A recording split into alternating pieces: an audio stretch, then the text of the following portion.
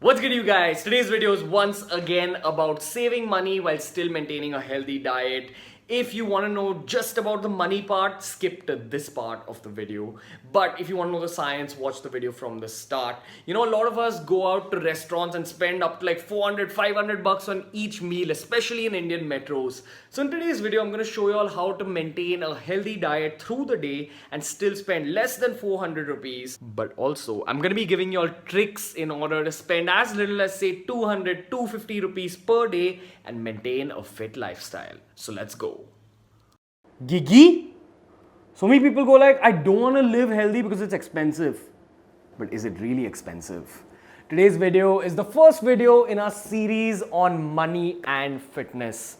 What is the real cost of living a healthy life in India? In today's video, we're going to go over the cost of living healthy per day and per month for a typical Indian living alone, living in a big city, or just someone who's trying to stay healthy but also save money at the same time. I'm going to take you over how much money I spend per day on my meals, on the protein, the carbs, and even the miscellaneous expenditure. But more importantly, I'm going to give you tips on how to save money but eat healthy at the same time. So let's go.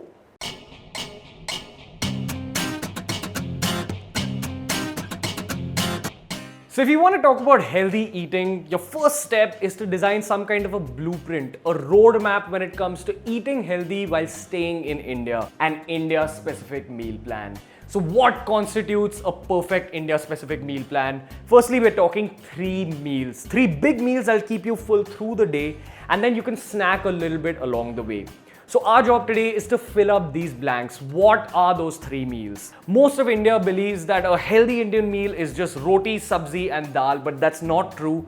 Primarily because you're not getting enough protein. Today's video is not a protein rant. I've done that already. Today's video is kind of a call to action. What do you do? What do you eat in order to stay healthy?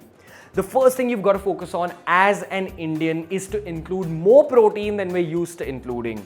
4 primary options we're talking about: eggs, chicken, paneer, and the 4th is an optional protein shake. I'm taking these options not because they're cost effective, but because they're the most common protein sources found in India. You have to include one of these items in each of your meals. And unfortunately, when we're talking about the cost of healthy living, this is where you spend most of your money. More on that later. Let's talk about the second part of the blueprint. The second element we're talking about is a must in all your meals. Some nutrition, some fiber in the form of veggies for your lunch and your dinner, and fruit at breakfast. Very crucial, you have to consume this as a part of your blueprint. Third, we're talking about kind of an optional part of your blueprint that you've been told all your life is compulsory. That's carbs, roti, rice. You do need them if you're trying to build muscle or if you're trying to put on weight. But for any other health goal, whether you're trying to lose weight, whether you're trying to stay in shape, you don't really need those carbs, baby. And the final element we're talking about is dal that you only consume at lunch and dinner. And we're only including this because of that little added protein. And as Indians, we're all used to having that little bit of wetness with our meals. So let's move on to actually talking about how you design your breakfast, lunch and dinner. Now your lunch and dinner will pretty much be the same blueprint. You'll have the protein source, you'll probably have the carb source if you are someone who's used to having a lot of carbohydrates. Then thirdly, the compulsory part is the veggies. You gotta have veggies at lunch and dinner, and keep in mind if you can get your carbs purely from veggies, so the trace carbs in your carrot, your beetroot, your cucumber, that's enough for you. You don't actually need more carbohydrate than that unless you're trying to put on weight or put on muscle, as I've said earlier. And finally, we're talking about a little bit of dal, once again for the flavor, for the added protein, for the wetness. While we're talking about breakfast, this is where it changes up a little bit. A lot of Indians ignore the protein factor in breakfast. If you're non-vegetarian, go and have some eggs at breakfast. But if you're a vegetarian, unfortunately, you gotta have some kind of unconventional breakfast option. We're talking about paneer for breakfast, or dals, or sprouts for breakfast. And if you're someone who's okay with consuming protein shakes for breakfast, go for it. The other way in which your breakfast is different from your lunch and your dinner meals is that we're clubbing the carbs along with the fiber and the nutrition. At your breakfast time, you're going to be having a bowl of fruit. Try changing it up every day. And also keep in mind that if you can avoid fruit and just have vegetables, nothing like it. But to be honest, it's a little bit weird to have veggies for breakfast. Also keep in mind that breakfast is a fantastic time to consume fruit because you're getting that insulin spike through those natural sugars in the fruit, and at breakfast time when you fasted through your sleep cycle, that's when you actually need to break your fast with a little bit of natural sugar. Consume fruit and a protein source for breakfast. And the final food factor we're talking about in this blueprint is snacks. Ideally, the best snack in the world is a little bit more protein in the form of eggs, but if you're bored of eggs, you can go for something like nuts, almond, pistas, cashews, and peanuts, which are the cheapest option.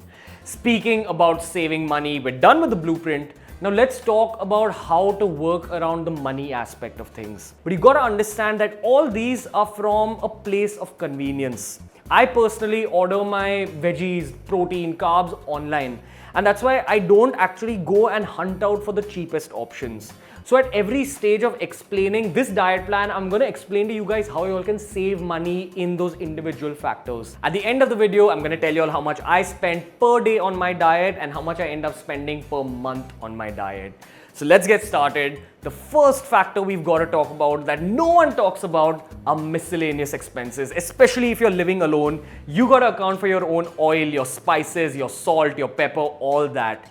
Keeping in mind all those factors, keeping in mind even things like garlic and ginger, you shouldn't be spending more than 300 rupees per month, and that's an upper limit.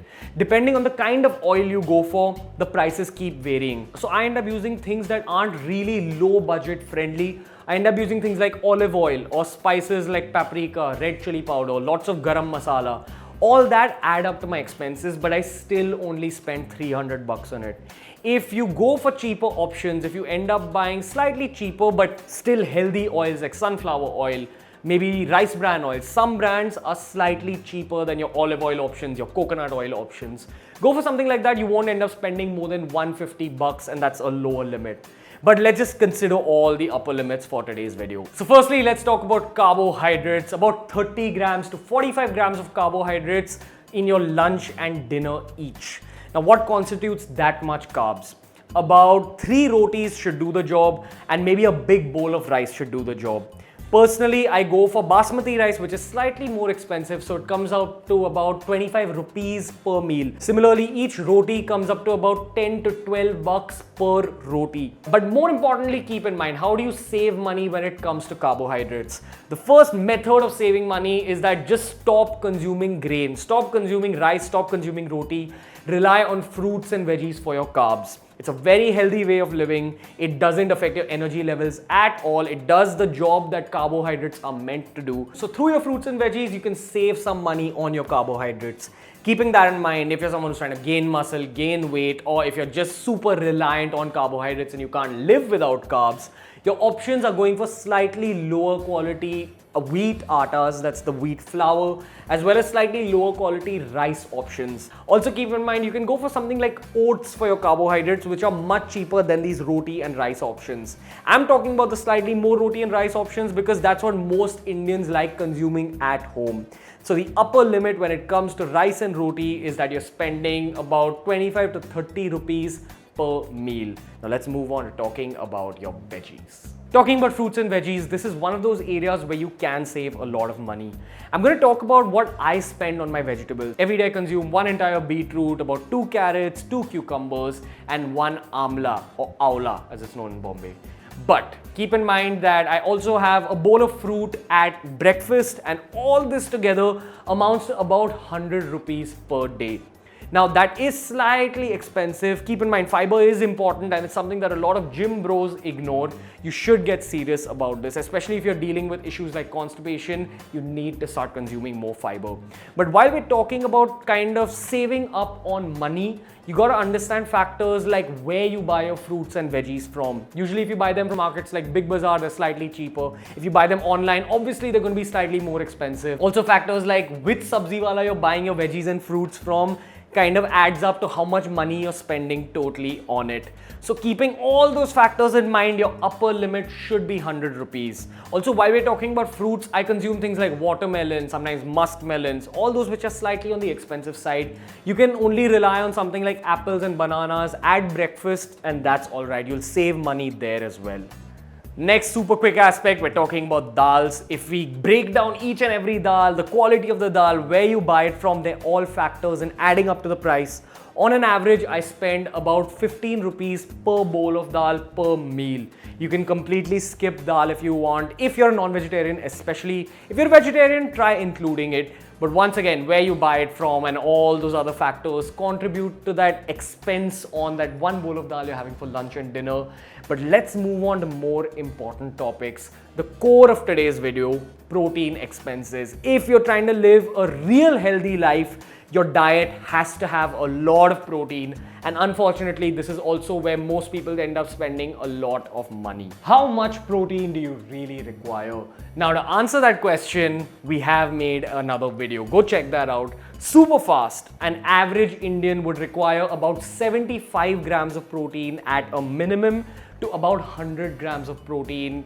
I wouldn't say at a maximum, but that's a safe number. If you're talking about maximum, the number keeps going up. If you're someone who gyms, if you're trying to put on muscle, or if you're a bulky bro who's trying to get ripped, your protein consumption numbers go up, and unfortunately, so do your costs.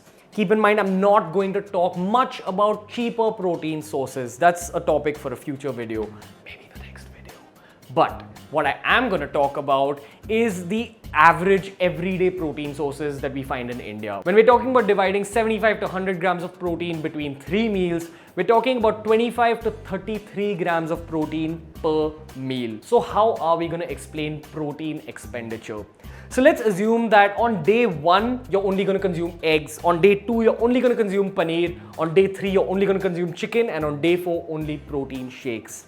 Keeping that in mind, you'd spend about 120 rupees per day if you're trying to get your total protein requirements from just eggs, 187 rupees if you're trying to get your total protein requirement from just chicken breast, 165 rupees if you're trying to get your total protein requirement from just paneer, and 210 bucks if you're trying to get your total protein requirement from just protein shakes.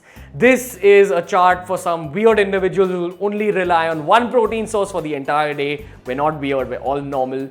So I'm going to take an average of these 4 numbers. So on an average, if you only rely on these 4 protein sources, you'll be spending about 170.5 rupees per day. Now also keep in mind, there's a lot of ways to save money on protein expenditure. Firstly, you can go for slightly cheaper protein sources, like only rely on eggs or rely on something like soya chunks, which are once again very cheap. Or you can rely on slightly cheaper quality fish, that's ladyfish, bangda or mackerel fish, things like that. There's 1,000 different ways we can go about that, but that's an entire topic for a new video, possibly the sequel video to this video. But let's talk about today's protein requirements. Keep in mind that I've assumed that you're only going to be consuming 75 to 100 grams of protein.